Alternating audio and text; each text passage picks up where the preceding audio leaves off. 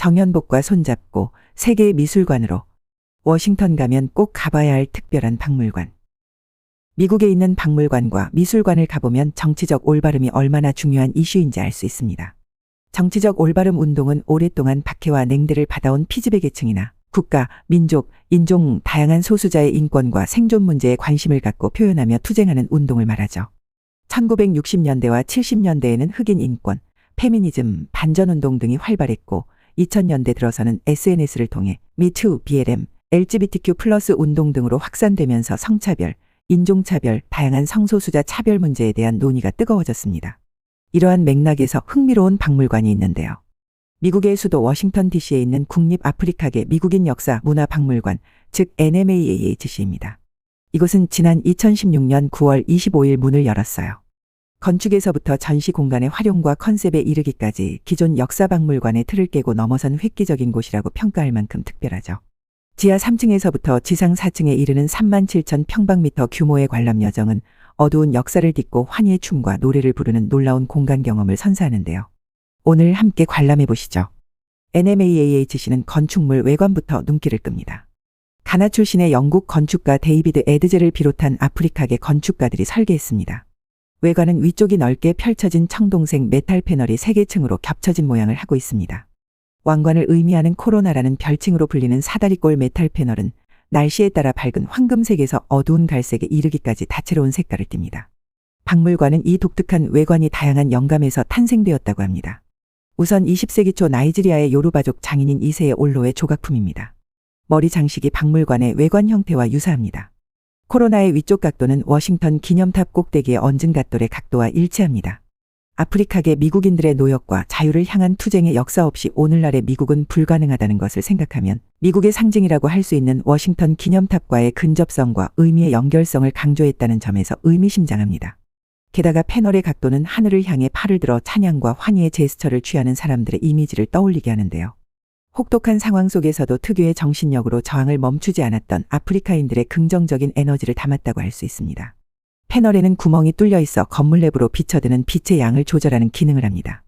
정교한 패턴의 메탈 패널 건축은 아프리카의 토속적인 문화를 담으면서도 모던하고 세련된 느낌을 주는데요.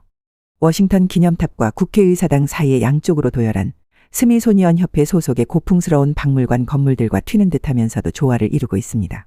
관람은 지하 3층에서 시작해 지상 4층까지 이어집니다. 지하 3층의 전시 테마는 노예제와 자유로 15세기부터 19세기까지 노예무역과 자유와 해방의 역사가 펼쳐집니다.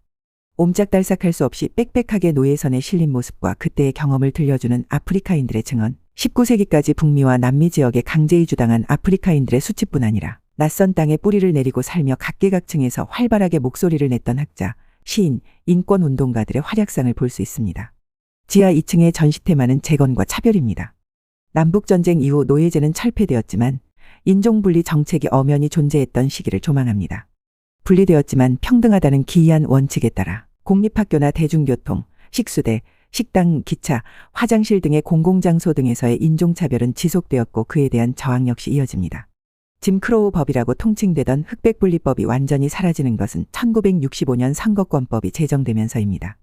지하 1층은 시민권 운동과 그 이후를 테마로 1950년대부터 현대까지 마틴 루터 킹 주니어 목사의 비폭력주의, 아프리카계 미국인들의 자결권을 역설하는 블랙 파워 운동, 블랙 뷰티 운동, 버락 오바마의 대통령 선출, 잭슨 5와 오프라 윈프리를 비롯한 대표적인 아프리카계 유명인들의 모습을 볼 수 있습니다. 지상으로 올라와서도 다양한 분야에서의 아프리카계 미국인들의 투쟁과 헌신은 계속됩니다. 1968년 멕시코 올림픽에서 육상선수 토미 스미스와 존 카를로스가 시상대에 서 있는 장면을 나타낸 조각이 인상적이었는데요. 두 선수는 한 짝씩 나눠 장갑을 낀 손을 들고 머리를 숙인 채 인종차별 철폐 운동에 대한 연대를 드러냅니다.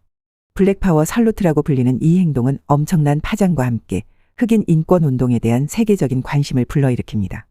이외에도 스포츠, 음악, 공연 예술, 문학, 영화, 시각예술 등 문화예술계의 다양한 성취를 접할 수 있습니다. 전시실에서는 공연 실황 영상과 음악이 여기저기서 울려 퍼져 쇼핑센터나 놀이동산에 온 게 아닌가 하는 착각마저 들 정도입니다.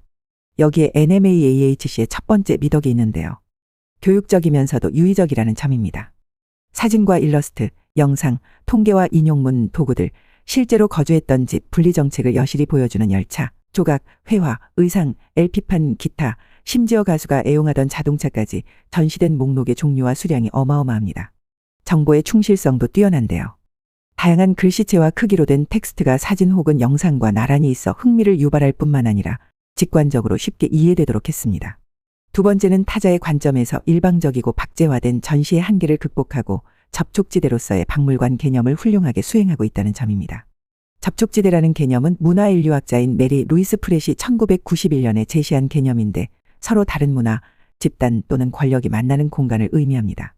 사실 서구의 박물관, 미술관들은 1980년대에 이르기까지 식민주의적 지배적 관점에서 아시아, 아프리카, 라틴 아메리카를 주변부, 피지배 계층, 소수자로 바라보는 전시를 무한 반복해왔다고 할 수 있습니다.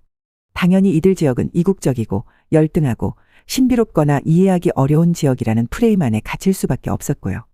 이에 대한 비판이 제기되면서 서로 다른 문화가 부딪힐 때 생기는 불균형한 권력관계와 갈등, 저항 등에 주목하게 되었죠. NMAAHC는 아프리카계 미국인들의 적극적인 참여 속에서 어떻게 강제이주당한 아프리카인들이 부당한 지배에 저항하고 자유를 쟁취해 나가는지를 멋지게 보여주고 있습니다. NMAAHC와 대조되는 곳이 인근에 있는 국립 아메리칸 인디언 박물관인데요. 이곳은 아메리칸 인디언들과의 협업 아래 식민주의적 관점을 극복하겠다는 의지로 2004년 문을 열었음에도 불구하고 아쉬운 점이 많습니다. NMAAHC가 구체적이고 다양한 방식으로 과거에서 현재 미래까지 이어지는 활력 넘치는 전시 구성을 보여준다면 국립 아메리칸 인디언 박물관은 아메리카에서 터를 잡고 살고 있던 원주민의 역사성을 배제한 채 모형이나 전시물로 박제한 듯이 보일 뿐입니다. 미국 건국 과정에서 희생된 인디언 부족의 문제나 현재 그들의 사회적 위치, 저항과 투쟁의 구체적 상황 등에 대해 다루지 않다 보니 그들의 역사가 실제 역사가 아니라 신화적인 차원에 속한 느낌마저 듭니다. NMAAHC가 과거의 부끄러운 역사를 극복하고 접촉지대로서의 박물관과 소통과 대화로서의 박물관을 지향하고 있다면 국립 아메리칸 인디언 박물관은 여전히 일방적인 유물의 전시 보존에 머물러 있다는 안타까움을 떨치기 어렵습니다. NMAAHC 지하에는 박물관의 성격을 잘 보여주는 특별한 공간이 있습니다. 바로 명상의 방인데요. 둥글게 뚫린 천장에서 네모난 바닥면에 세차게 물이 떨어집니다. 공간에 들어서는 순간 끝없이 떨어지는 물줄기 소리에 고통을 겪으며 무참히 죽어갔을 원혼들을 기리고 참혹한 역사를 씻어내는 정화의식에 참여하는 듯한 기분에 사로잡힙니다. 벽에는 여러 문구들이 적혀 있는데요. 마틴 루터 킹 주니어 목사의 말이 묵직하게 다가옵니다. 우리는 정의가 물처럼, 의로움이 거대한 물줄기처럼 흘러넘칠 때까지 일하고 싸울 것입니다. 더 칼럼니스트